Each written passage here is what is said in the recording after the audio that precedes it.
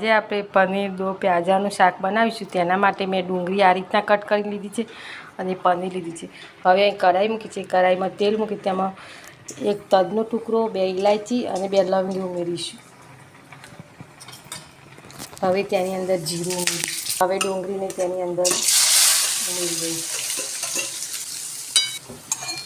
હવે તેની અંદર આદુ અને લસણની પેસ્ટ પણ ઉમેરી દઈશું। તેને પણ સારી રીતના સાતરી દઈશું। મસાલા કરીશું આપણે થોડી હળદર ઉમેરીશું, થોડું લાલ મરચું ઉમેરીશું।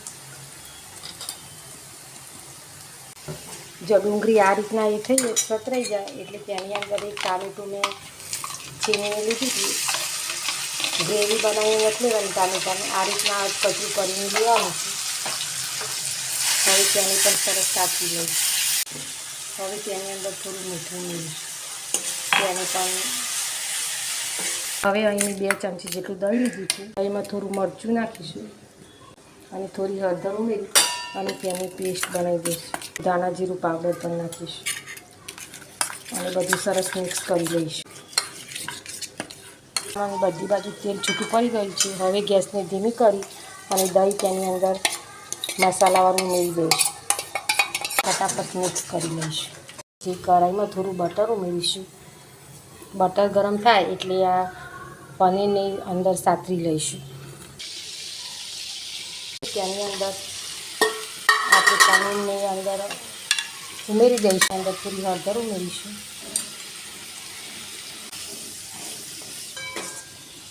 આ સરસ તેલ છૂટું પડી ગયું છે દહીંના સાથે, તેની અંદર ગરમ પાણી કરીને ઉમેરીશું। કરાવવા દઈશું।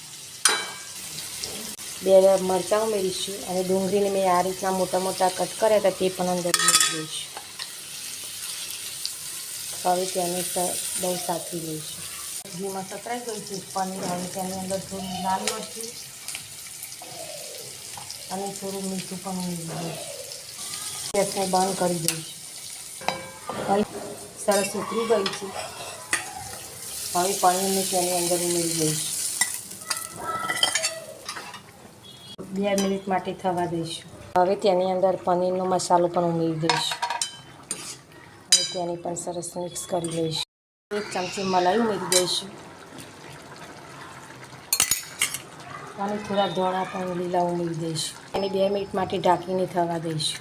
તો દોસ્તો 2 થી 3 મિનિટ થઈ ગઈ હતી। હવે ગેસને બંધ કરી દઈશું। પનીર દો પ્યાજા બનીને તૈયાર છે। રેસીપી ગમે તો વિડીયોને લાઇક, શેર અને સબસ્ક્રાઈબ